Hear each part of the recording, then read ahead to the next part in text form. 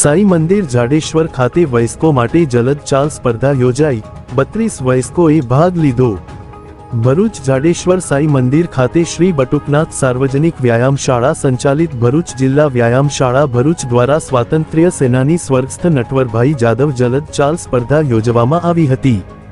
ભરૂચ શહેર અને જિલ્લામાં બટુકનાથ સાર્વજનિક વ્યાયામ શાળા દ્વારા દર વર્ષે વયસ્કો માટે જલદ ચાલ સ્પર્ધાનું આયોજન કરતું આવ્યું છે, જે અંતર્ગત શ્રી બટુકનાથ સાર્વજનિક વ્યાયામ શાળા દ્વારા વયસ્કો માટે સ્વાતંત્ર્ય સેનાની સ્વર્ગસ્થ નટવરભાઈ જાદવ જલચાલ સ્પર્ધા જાડેશ્વર સાઈ મંદિર ખાતે યોજવામાં આવી હતી।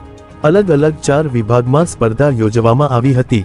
સાઈ મંદિર ખાતે યોજાયેલ જલદ ચાલ સ્પર્ધામાં 32 જેટલા વયસ્ક સ્પર્ધકોએ ભાગ લીધો।